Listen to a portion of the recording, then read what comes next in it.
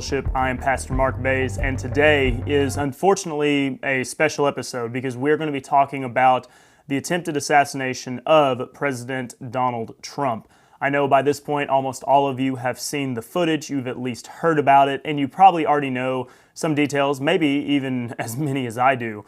And we are going to talk about that. We're also going to talk about the theological implications of it. This is going to be from a theological perspective. Now, I do want to give you a quick notice, okay? Be warned that I am dealing with a little bit of static issues with my microphone. I've tried to set some things up that will hopefully correct that. And if we are dealing with it, I actually am monitoring my own audio today, which is why you may hear a little bit of an echo. I don't think you will, but if there's any static at all, I'm going to be able to hear it. And then I'm going to be able to switch over to our other microphone, okay? So just so you know, I appreciate you all joining me. Now, yesterday we learned some more details, and what the big question is right now. I know you've already watched probably some amount of news on it, read some articles, and maybe even hours of it. I know on Saturday we watched hours of it. It was on our TV for much of the afternoon. This is the first time anything like this has actually happened in my lifetime. I know some of you may have lived through Robert F. Kennedy or maybe John F. Kennedy and the attempted assassination of Reagan. Many of you experienced that. But the big question is right now, who dropped the ball on the security? Who failed to do their job to make sure that the entire perimeter was secure?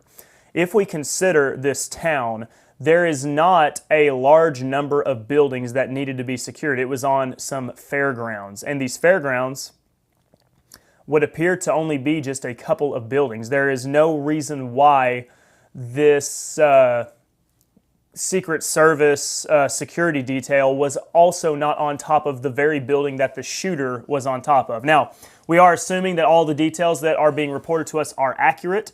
There are a number of theories out there. I know there's some people that believe it is staged, whether it was staged in the sense that Trump himself was in on it and he was trying to boost himself in the polls even further, and many noted that it just seems all too cinematic and magnificent with him standing with his fist in the air and the blood on his face and the American flag. And I understand there's some people that are skeptical about those things. I'm going to tell you that I'm not convinced of that at all, because we do have a father who is dead. There's a mother, there's a daughter that lost a husband and father at that event. And I think there's way too many eyewitnesses. There is a lot of things on the internet nowadays that you can't always trust, but we even have a still image, as crazy as it sounds, of what would appear to be the bullet going by Donald Trump's head. And that sounds crazy, but in my own experience, at nighttime, I've noticed that you can actually capture the flash of a bullet in a video. So it's entirely possible. Therefore, I'm going to be presenting this to you the way I see it. I think this is absolutely legitimate. It was a serious, genuine attempted assassination on the life of President Trump. And why was it ever able to take place? You would think that a small fairground area like that, you should have overwatch on every single roof. There were people that spotted him prior to the actual shooting, the shooter, and yet there was a hesitation. Now, granted, as a law enforcement officer, you have to be accountable for every bullet that you fire. Maybe they were waiting for confirmation, waiting for the green light before they took the shot. So many questions. The optics that they would have been using are very high quality, obviously on a rooftop. And this is something that you do need to understand. I will give you some of the facts on the ground here. With high quality optics, you are going to see a lot of mirage. These men were up on top of 10 roofs. I don't know if you've ever worked on expanded metal roofs. I have. For one, they're extremely hot, and also there are a lot of heat waves. Therefore, I know that 150 yards away is not very far, but I am going to tell you this. To look out across not only the heat waves coming off of your roof, but trying to see the roof on another one, this is not easy. You're going to be looking at an image that looks like this. If I was shaking the camera, you would get a decent idea. So we do need to take some of that into consideration.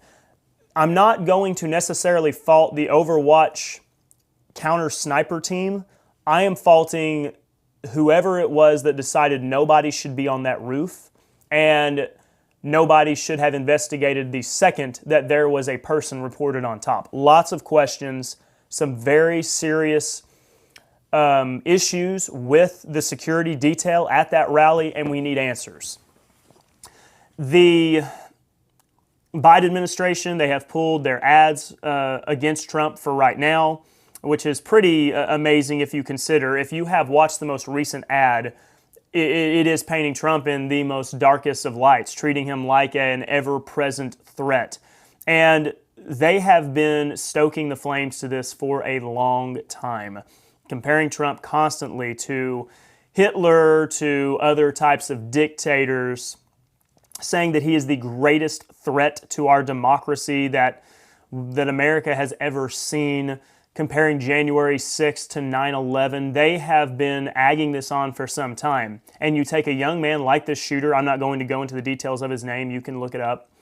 You take a young man who young people are easily manipulated. They are full of energy, they are full of motivation, and they want to do something. And you tell him over and over that this man is Hitler and he's going to destroy the country and that people are going to die if he becomes president. Would you not feel, if you genuinely believe that, would you not feel as if you had a moral obligation to stop him and to do something about it?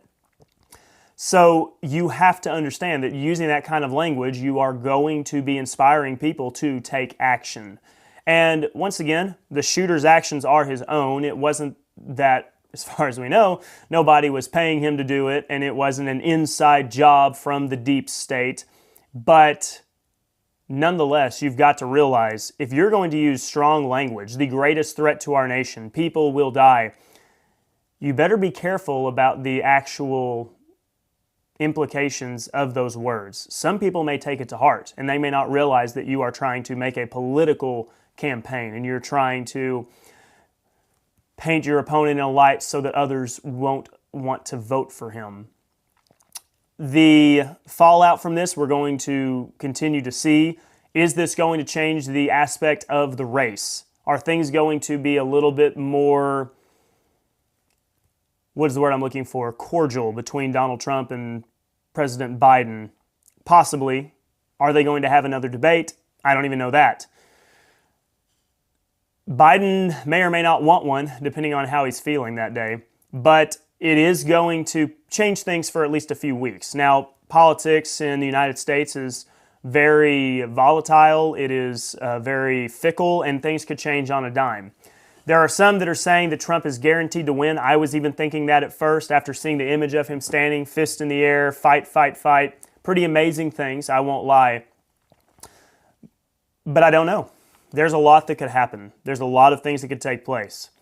And the truth is, we're not going to know until November, hopefully. Hopefully nothing gets drawn out into December, such as some of those details took place the last time around. Now, I do want to talk about some of the theological implications as well. There were a lot of things that I was seeing on the internet, and I know that there's some people today that may be watching who may even have some of those same thoughts. I'm going to share with you my thoughts. First and foremost, Donald Trump is very lucky to be alive. I am convinced, I believe that he did in fact get grazed by the bullet. I don't believe some of the claims that he cut himself when he fell or Secret Service. You can tell in the way the video he reacted, it all looked very genuine. A Hollywood actor could not have been more convincing. So I fully believe he actually did get grazed by this bullet. Absolutely lucky to be alive. He did turn his head at the last second. Otherwise, Donald Trump would not be alive today. There are some that are saying there's no way that it could have been a bullet. Why did it only do such little damage? I'm going to tell you right now, as a hunter, I've shot many animals, barely grazing them, and they have been just fine. Even if I saw hair fly, I've seen coyotes have fur absolutely just go poof, and you think there's no way that that coyote is going to get up and run, and guess what? The coyote gets up and runs. So many people think that the second a bullet hits you that it's going to explode something. That's not how ballistics work. And furthermore, the truth is, for a bullet to actually cause massive expansion, it has to hit something solid to cause that bullet to rapidly expand. There's a reason why when you shoot paper, the bullet makes a perfect round hole and continues through into whatever backstop that you have. The paper is so thin, the bullet didn't even know it was there.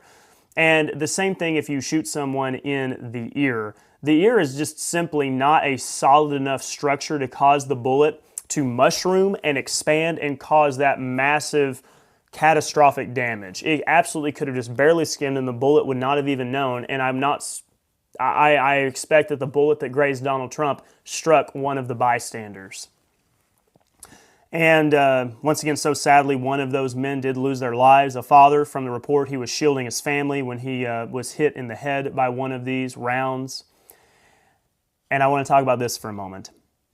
There have been many say the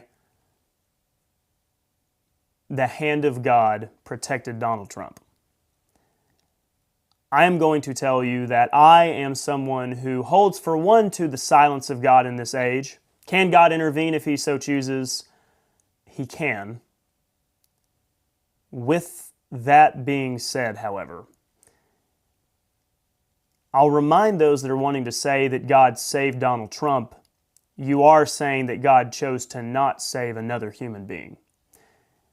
And I don't see how you can put it any other way. If you want to say the hand of God was with Donald Trump and protected him and kept him safe so that he can be our president and lead us into another great age, you are acknowledging that God allowed the man that was in the crowd, the father, the husband, to die. Here's my position. Donald Trump is very lucky to be alive today. I am thankful that he's still alive.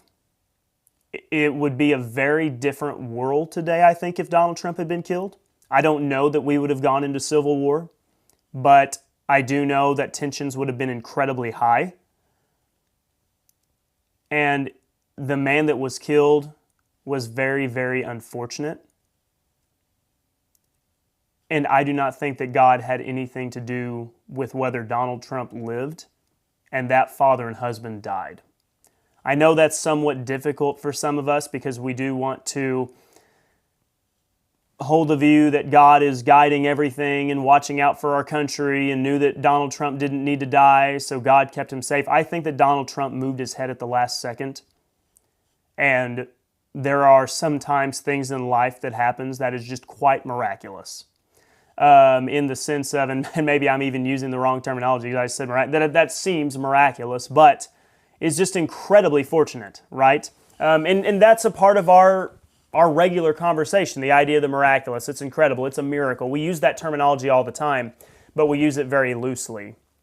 So I'm going to say, I'm thankful that Donald Trump is not dead, but also at the same time, there's a mother, a wife, and a daughter who are devastated.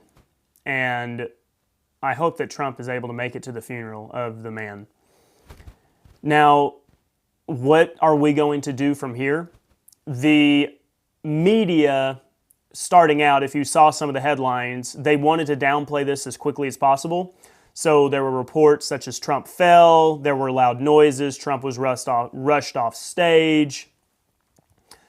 Even Joe Biden, when he was asked, did he believe this was an assassination attempt?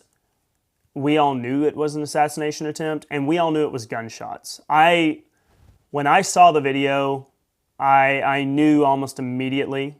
And furthermore, you could hear the Secret Service agent saying, shoot her down, shoot her down. It was obvious that it was an assassination attempt.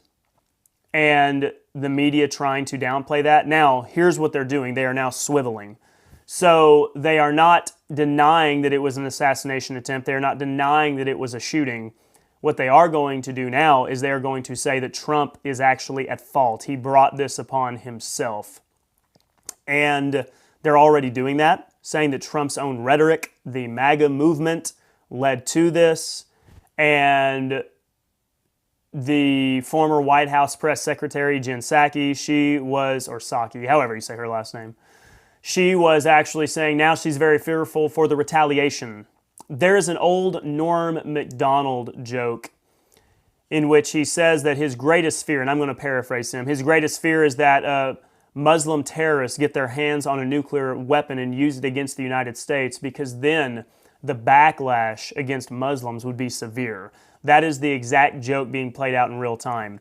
The media now, the left-wing party now, is saying that it is terrible that Donald Trump was almost assassinated because there is going to be anger towards the Democratic Party, and the outburst of anger could be severe. So they are going to quickly try to spin this. There are some Democrats, however, that are already sort of signaling defeat. They really do feel like their chances now of Donald Trump being defeated is vanishing. We are going to yet to see tomorrow. I'll probably have some polls for you. I would imagine there's going to be some polls out soon, how people have reacted, how people have responded. The shooter was a registered Republican, but that doesn't necessarily mean anything. We do know that he had made donations to the Democratic Party, one of their funding organizations that they have. And just because a person is registered with a party does not mean they vote along those lines. Now, he may have been a Republican, but so are a number of Republicans. There's a whole lot of people, like the Lincoln Project, Liz Cheney, Mitt Romney, who are really Republicans in name only, and they like to lose. So therefore, they will always side with the Democrats when the going gets tough.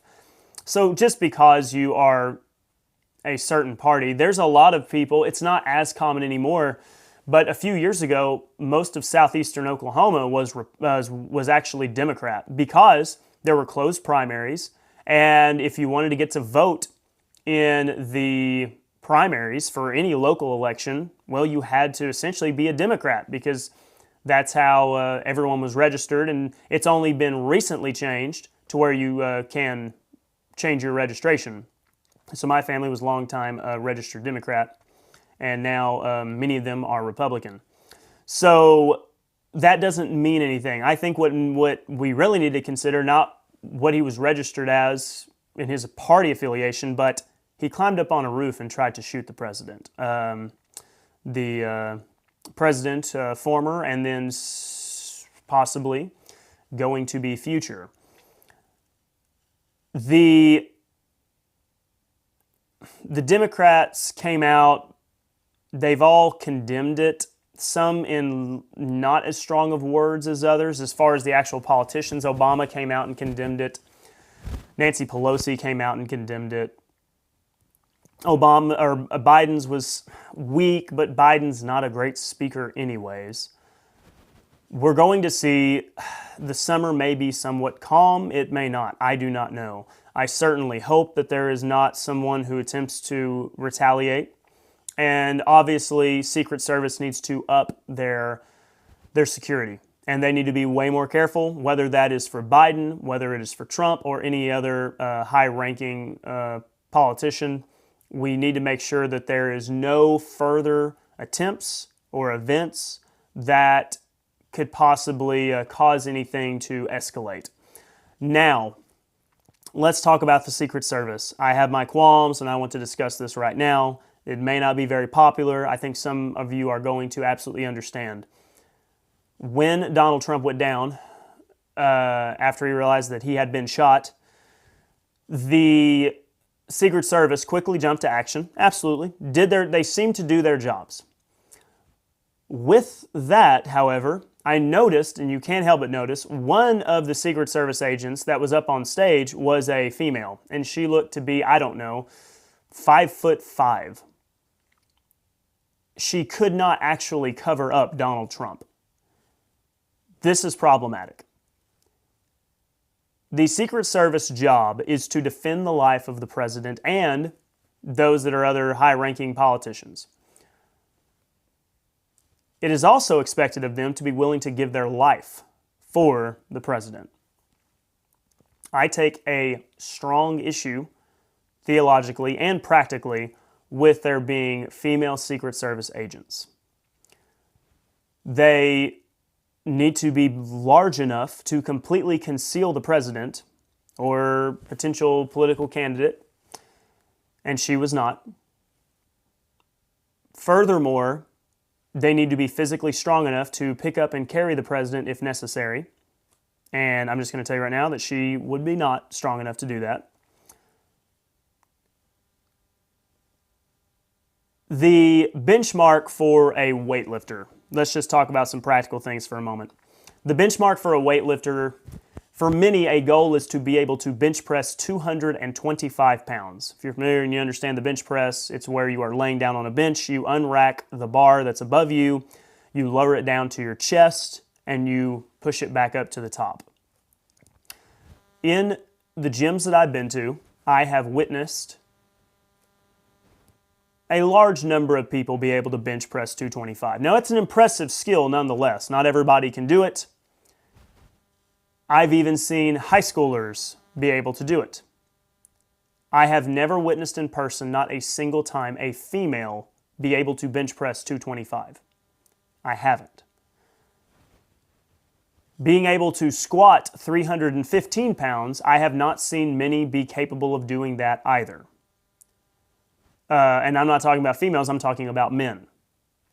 When I go to the gym, I may only see, well, I can go months without ever seeing somebody else squat 315 pounds.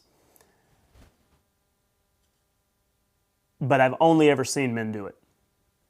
I have never seen a female squat 315 pounds, neither in person, nor any female that I know if she had posted it on her social media. I know that we can always find the 1%, the far end of the bell curve, and we can see those videos.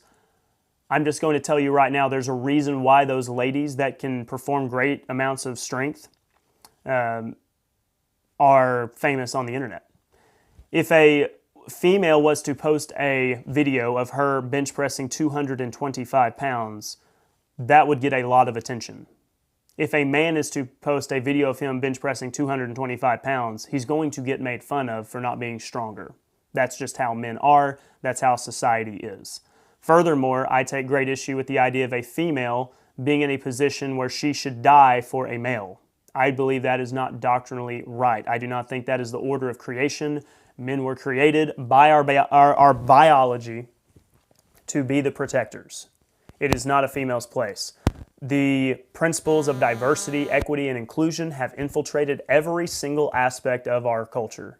Every single aspect, and it has made us worse for it. We inserted it first maybe into our movies and television. Then we started inserting into other areas. I know we're starting to get some static now. I'm going to switch over to my other microphone. Give me just one moment, please.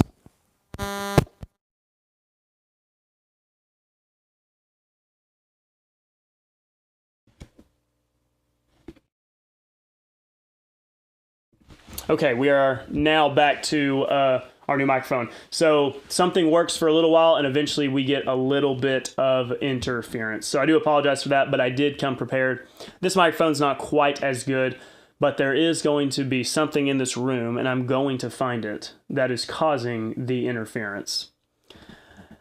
Now, the truth is, once again, if we consider the theological principles, the doctrinal principles, the way that men and women were made, it is not the place of the woman to protect a man. Not once. And this is not, I'm not knocking Trump. Trump didn't make this decision. I'm sure he did not get to choose who's going to be in his security detail. He gets assigned whatever agent he's assigned, and I'm sure that if Trump said, why is there a lady protecting me? It's not her job. He would then be called, sexist, misogynist, Hitler, and you should probably try to assassinate him, and then you have somebody actually do it, and then you say, oh, no, no, no, we don't need to turn up the violent rhetoric in our nation. So that's another big problem. I don't want DEI. If I am going to have somebody protecting my family, I want them to be a man, and I want him to be big and strong and dangerous. And I want him to be bigger because he is a larger target and can potentially take the bullet for my wife or my children. It is just not a good look. We do not like it. I know that Hollywood loves it, and they love to depict the little females beating up the 210-pound super soldiers. I know that they like to do it. In the real world, we do not like it. You need to stop it. You need to stop it. And it is a liability at the end of the day. Because men and women are different, whether or not we want to admit it, whether or not we like it. And once again, I'm not speaking bad about this Secret Service female agent. She did the best she could. I can't deny that. She got up there. She tried to conceal Trump the absolute best that she could. She did not seem to be too scared to do her job. But it doesn't matter. That is still not her place. So I will give her the credit for having the courage to do so. But at the same time, I'm not going to condone the principle that we need to have female Secret Service agents putting themselves in between the president or politicians and a would-be assassin. So I'd noticed just a number of problems within that entire video. I want to know your thoughts. Do you think this is going to have a significant impact on the election? Do you think that Trump is going to maybe change a little bit of his approach? He's already said he has. Apparently, whatever speech he had been preparing for the Republican National Convention, he's going to alter it some. It's going to be changed. I don't know what that means. I don't know how he's going to be conducting himself, but it will be interesting to see how all of this plays out in the weeks and months ahead. Now, once again, the theological implications. I want us as good Bible students to be careful reading God's sovereignty and divine providence into this event. As Americans, we have some inherent replacement covenant type theology in our DNA. Whether it's the Puritans or the Separatists, the Calvinists, they all carry a degree of replacement theology or covenant theology in that we are God's chosen people, and God is exercising his divine providence over all of the course of events that will transpire in America. I want us to consider the theological implications. Imagine that you were that mother, that you were the wife, that you were the daughter, and everyone is praising God that Donald Trump is still alive. Meanwhile, you had someone that you love very much die right in front of you, trying to protect you. Donald Trump is a lot of things. He is a businessman. He's a wealthy man. He has taken advantage of the various pleasures that come as a result of being a successful, powerful man. He's also the most conservative president of my lifetime. He led our country and strengthened the economy, strengthened our military. He did not get us into any new wars. All of our foreign adversaries waited until he was out of office before they attempted to make any moves on the national stage, which we seem to forget. Trump is always depicted as the warmonger and He does not have what it takes to stand up to Putin, and yet Putin did not dare take one solitary inch of Ukraine under Trump's watch. So I can say he's a lot of things. He was a good president, and he deserves 4 more years. Did he not build all the wall like he said he would? No, he didn't. Does it make me mad? Yes. He allowed a gun law to be passed, signed the ban of the bump stock. I don't know if it was a law, but it was an order. The banning of bump stocks, terrible decision. Terrible precedence, opens the door for other bans. Did Trump allow more gun control to be passed than Biden did? Yes, and that makes me mad, okay? I can sit here and tell you all of my frustration all day long about the things that Trump allowed under his presidency. But I do know this. Economically and on a foreign national stage, the United States was doing much better under Donald Trump. I don't think he's going to make the same mistake in regard to firearm laws. I don't believe so. His sons are very strong firearm advocates. Maybe he understands now. Am I happy that he's backtracking a little bit on some of his abortion stances? No, I'm not happy with that either. But you know what? We can sit here and nitpick him all day long, but the fact is he was the one that appointed justices on the Supreme Court to get Roe v. Wade overturned. Plain and simple, and you can't deny it. All that about Trump is true. I can be frustrated with him, and I can also sing his praises for the good things that he did. Here is another thing. Trump is a man. He is a businessman who took advantage of his wealth and opportunity and ran for office and won.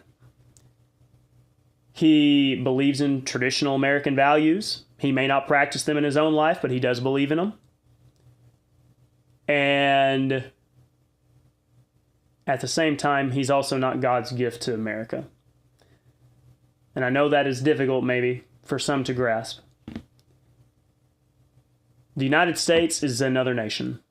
God is not dealing with nations in this time. You live and I in a dispensation of the grace of God. God's not dealing with Israel. God's not dealing with the world on a national level. He's dealing with people on an individual level. There's no guarantees or promises for the United States. There's no guarantees or promises for any other nation right now. One day when God is done dealing with Israel, with individuals in the age of grace, he is going to resume what he was doing with Israel and start dealing with them on a national level. But right now, men are men. They will do good things. They will fall short.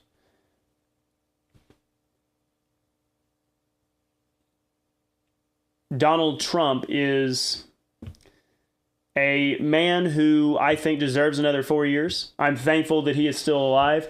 At the same time, I am not going to tell you that he is the divinely appointed leader of the country. I am hopeful for what he's going to accomplish in the coming years if he gets reelected. I think that he's going to do some good things. He's probably going to mess up, and you're going to see as this show continues and I meet with you on a day-by-day basis, you're probably going to hear complaints that I have as well. Because I'm not sold under the ideal that a single man is the answer. But we're going to have to wait and see what happens in the following weeks and months ahead as to all the implications. Let's just see what some of our headlines are saying right now. I just saw this. Ken actually commented on this at the bottom, but the classified documents against Trump has been dismissed. There's so many of them, I'm having to remind myself. This is going to be his Florida charge, correct?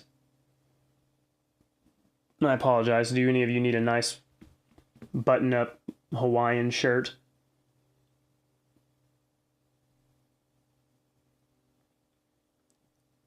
So I do believe that the classified documents one is the Florida one. Yes. It is interesting. Things could escalate quickly. Trump may find himself not an indictment of anything, I guess, other than his New York case, and who knows what's going to come of that.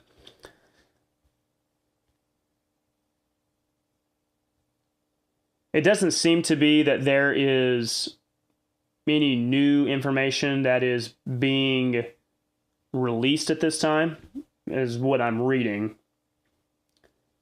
We do have an article here, once again, from CNN. The reason why I do CNN sometimes is just because there's some things that are so obvious, even a bias media like CNN will have to admit it.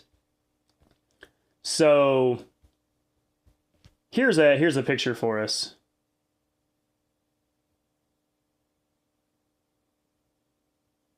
And there are a couple lines here. So this does look like the fairgrounds where the shooter was. The rally would have been over here. But the Secret Service did not sweep the building where the shooter was perched. The spokesman added that there was supposed to be local law enforcement posted in that area, but it is not clear where that post was supposed to be located. So this may have been a failure of miscommunication, that the local law enforcement and the Secret Service were going to be collaborating, working together. However, clearly somebody dropped the ball. Somebody did not do their job. And I think this is going to be a permanent change. I think that probably Secret Service is going to start taking more precautions, bull by the horns. I think that probably somebody's going to lose their job, whether it's local law enforcement or Secret Service. Ultimately, probably Secret Service is the one to blame. They should be the experts at this. They should be the professionals. Let's go over to what claimed to be the conservative news outlet, but not always. Fox News also reporting the Trump's classified document case being dismissed.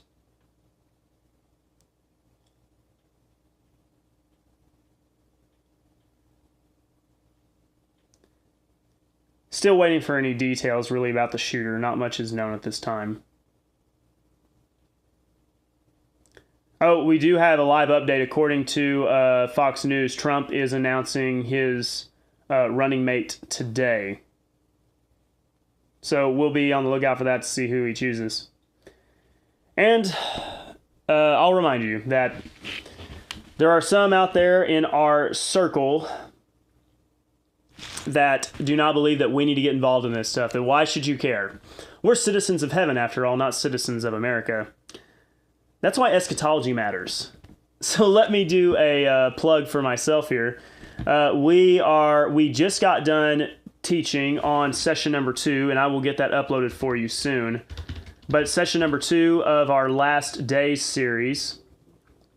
And this one is Tribulation to Triumph. So, let me show you. Tribulation to Triumph. I will be getting that uploaded for you. We're going to talk about the aspects of the last days, because all that absolutely does matter. There are so many Christians today that are operating under a false assumption that right now God is directing the course of all details in history, and that you and I don't need to worry. We don't even need to bother with elections, because whoever is in office is God's divinely appointed person, except if it's Donald Trump. Donald Trump's a very bad person for some reason. That's like the liberal Christian view. Biden was divinely appointed by God, but Trump wasn't, apparently. Be consistent, people, all right? So Tribulation to Triumph is what we covered, and we will continue to progress. And hopefully by the time it is done, you're going to have a good series that is both thorough but also condensed enough to be easily digestible, for people to have a good overall outline and understanding of the end times and the last days. So we covered that. We also covered another sermon on our Misapplied series, and that was the Psalm 51 prayer. So Psalm 51 prayer, very popular psalm, very popular prayer, often cited as kind of the template for seeking forgiveness from God. And we just talked about the matter of trying to apply the Psalm 51 prayer to us today and some of the theological implications of that. So I think you'll find that very beneficial as well. And hopefully you enjoy that. These are all going to be uploaded for you. Probably not today. I have maybe this evening, but I do have to go speak at a funeral service this afternoon. So that will kind of delay me on getting some of this uploaded and made available for you. But stay tuned. I hope that you enjoy it and appreciate the work that we're doing. And if you do appreciate the work we're doing, there's one big thing I ask of you right now, okay?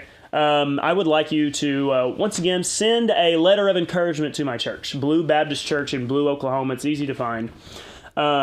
We got a letter from someone, I don't know, probably about 6 months ago. No, it wasn't 6 months ago. It was more probably like 3 or 4 months ago.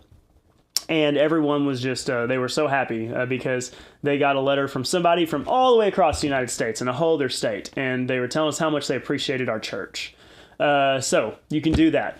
That is a great way. You know, stamps aren't cheap nowadays, unfortunately, but they're still affordable. But if you can do that, that will, it'll always help my church know that, hey, even though our pastor is different than others, he teaches the Bible differently, there are people that value it. We have an awesome group of people from Texas who try to make it up as often as they can. Sometimes they get to join us, sometimes they don't. But they joined us yesterday, and it's just a reminder that as big as Dallas-Fort Worth is and all the big fancy churches, unfortunately, there's not a single one down there that understands good, sound doctrine. That's true of even if you go to Dallas Theological Seminary. You're not going to find a professor that understands the Word of God because they don't rightly divide it. We have so much bad theology because we want to lump Israel and the body of Christ, the church today, all together. We mix it up in a blender and we drink it, and we don't realize that those things don't mix. I really like ice cream. I also really enjoy fried rice, but I don't mix my fried rice and my ice cream, okay? So don't do that. Makes for, you're taking away from both. You don't get to enjoy the fried rice, and you also don't get to enjoy the ice cream. And we're constantly trying to burden ourselves with matters of the law, and we got to unhitch it, all right? There's a trailer that Christianity's been dragging for a long time, all right? Got to get rid of it. Get rid of it. All right, let's see here. I'll say hi to some of you who have joined us today, taking the time to stop by. Kristen, great to have you back. Kristen was feeling rough last week, but glad that you're doing better. We missed you too. She also helped out with our youth, driving them up there to the camp, the church camp, Falls Creek. All right, but for all you say, you preachers letting your kids go to Falls Creek and hearing all that evangelical stuff, listen.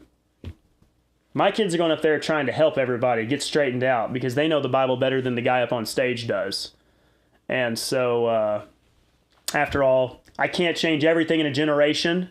Give me some time. Maybe I'll get some work done. All right? I've inherited this situation, trying to fix it the best I can. Ken's on. Good morning, Ken. Heading down to Houston to survey the hurricane damage. I've heard there's a lot of damage. I think there's still some people out of power.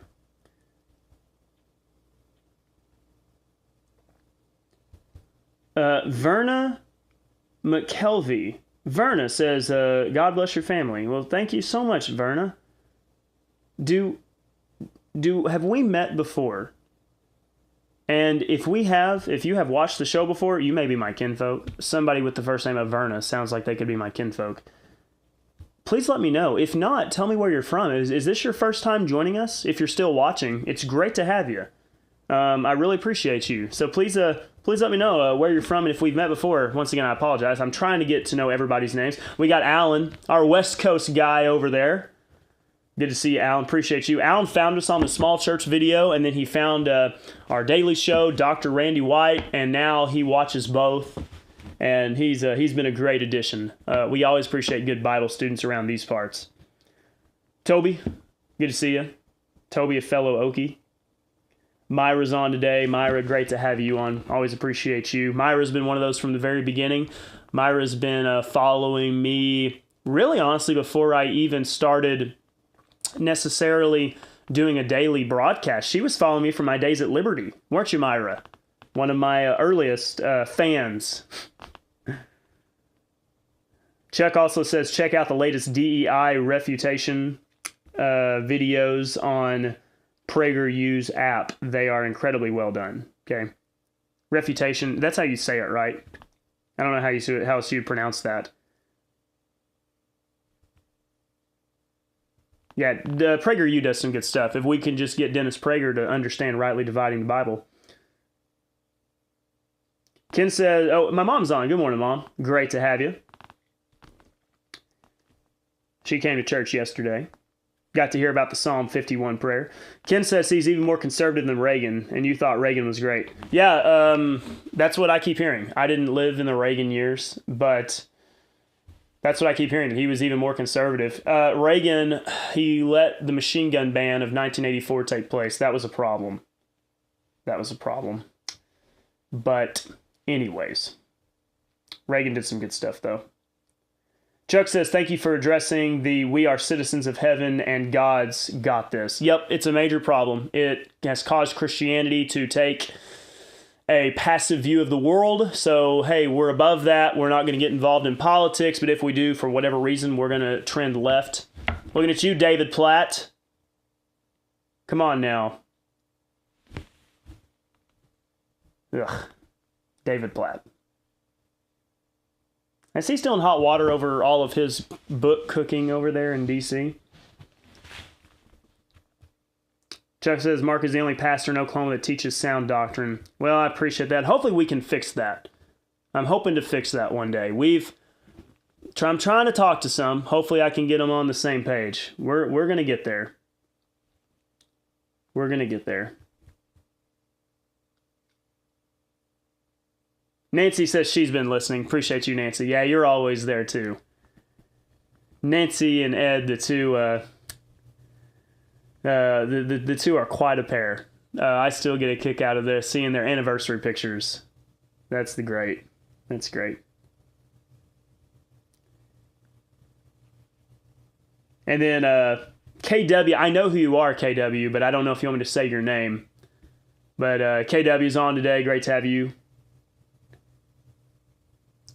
Jerry Etheridge. Howdy, Pastor Mark from sunny Southwest Georgia. How humid is it over there right now in Southwest Georgia?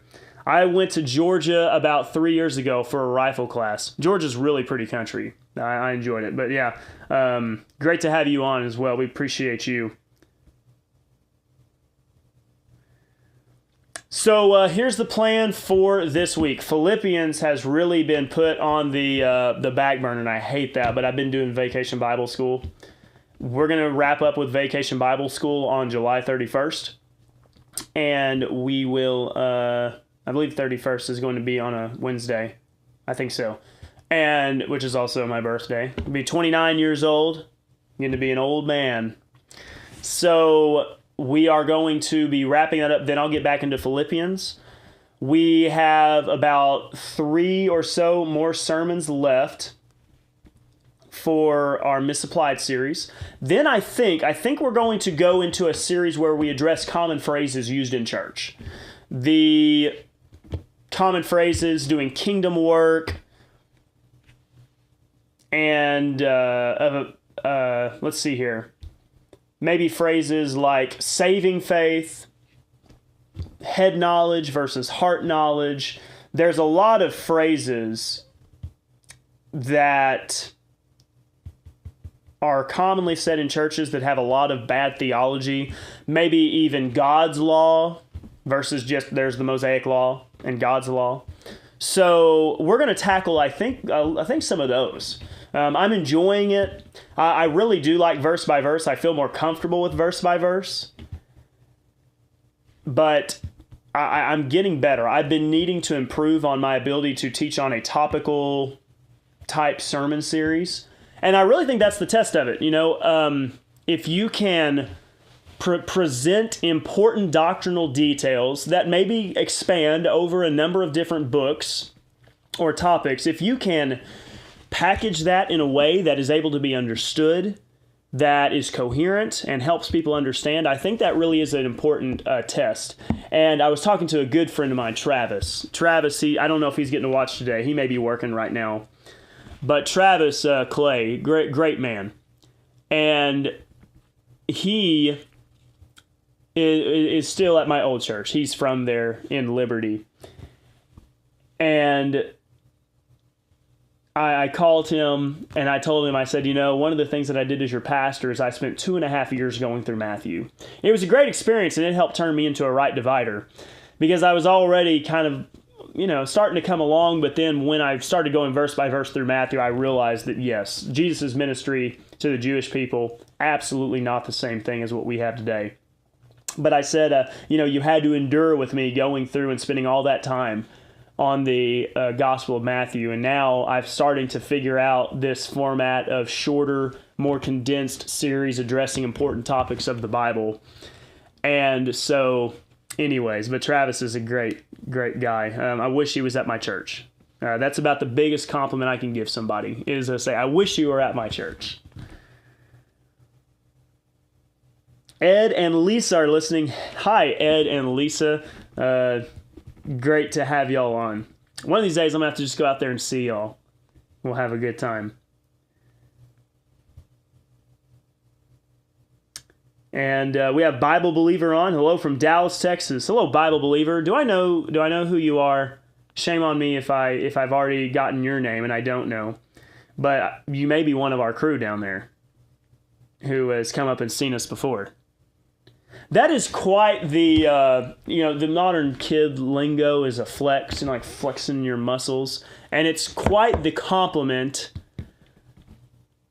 to have people coming from Dallas, Fort Worth, all the big churches, and there's First Baptist Dallas down there. And guess what they're doing? They're driving to Blue Baptist Church near Durant, Oklahoma, out in the middle of nowhere to hear the kid preacher preach, because we rightly divide the word of truth around here. And that doesn't give me an inflated ego at all, does it? It really is a great compliment. And it's great support, because they are showing that people are willing to do that. And now I've just got to talk them all into moving to Oklahoma, or at the very least becoming long distance members. Our church will always accept long distance members. Keep that in mind. All right, so if you live way out somewhere, even in Dallas, Texas, you can become a member. And no, it doesn't require you to have to give us your tithe. We're not under the law. But it does show that you support us and you back us by saying, I want to be a part of that Blue Baptist Church. I'll never require it. Don't get me wrong. I'm not saying you have to. But just know the opportunity is always available. How about that? That way, if somebody asks you, where do you go to church at? Do you live somewhere, go to church somewhere here in Dallas, Fort Worth area? Do you go to church somewhere over in I don't know, Oregon, something like that, and you say, I'm a member of Blue Baptist Church in Blue, Oklahoma. Well, how does that work? You're not anywhere close. I'm a member there because they're the ones that teach the Bible correctly, and I support them. I was told growing up that I should have been a politician. What do you think? I don't know. I'd like to think I tell the truth too much to be a politician. So that's my thoughts. We're going to find out more, I'm sure, as things unfold, and I really do hope that that's the end of this. I hope that we don't have anything else crazy happen. I talked about it before.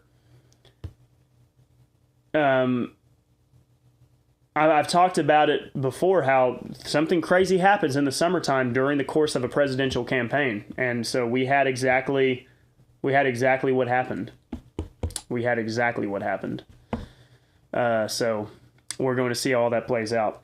Let's see. We had a comment from Ken says you should do the word covenant. Yeah, covenant is absolutely another one that we should do. So we had KW say, I wouldn't take a silence of God principle and apply it to 100% to the last 2,000 years. Else the leaders behind the KJV may not have had such protection from Rome and a million other things balance. Yeah, and KW, I know that you're Cliff. I just didn't know if you want me to say it or not. I have some, what's the word I'm looking for? I understand, and I can have some areas on that I can say that God has preserved His word. I'll say that God has preserved His word. That I think that's baked into the cake. Where I draw the line on the silence of God is in terms of nations, world leaders, things like that. But God is going to make sure that his word is not lost. God's word is settled. I believe that we can know what it says. I believe we have it today. And the King James is based on that preserved word. That's the view that I have. Alan says you like that. There you go, Alan. There you go. Come on. I can brag. I'm telling you, Alan, I would brag to everybody. When I go to that association meeting, because I have to sometimes, okay, I have to. I get it. It's not a perfect situation. I'm not saying it is. But I'm doing my job here, okay? I'm doing the best I can. I'm in my 20s. All right, I'm just a kid. Cut me some slack here. I'll get it all sorted out. But I could go to that association meeting. Oh, man, I'd brag. Did y'all know that I have a member in Oregon? Yeah. You know why? Because best Bible teacher there is around these parts. So, I probably better stop. Somebody's going to get on to me. I better quit while I'm already digging a hole. So I better quit. You got to have a little bit of confidence. All right, I'll put it that way. This was true as a baseball player. You had to get in that batter's box, and you had to have the mentality that I don't care who's on that mound. You are not going to be able to get me out. I don't care if that's Nolan Ryan up on that mound. I'm going to get a hit. I'm going to stand in that box, and I am not afraid of you. Can't back down. All right, so shields and arrows, where we defend the faith, the family, the fellowship. We don't back down around these parts. I don't care how big your church is, how well off your pastor is, what his credentials, how esteemed he is. We don't care what the mainstream media says. We care what the Word of God says, and we're going to stand for truth. All right? And as long as I'm around, hopefully I'll be around for a while since I'm a younger guy, young kid in this game. We're going to be around for a while defending those important principles of the Word of God, theology, sound doctrine, you name it. And we'll do it all right here from Southeast Oklahoma. One of these days we're going to turn Blue, Oklahoma into the capital, the flagship church for rightly dividing the word of truth. How about that? So, this has been Shields and Arrows, where we defend the faith, the family, and the fellowship. I'm Pastor Mark Baze. Go to markbazeministries.org to find my resources and material. We'll see you tomorrow. Thank you.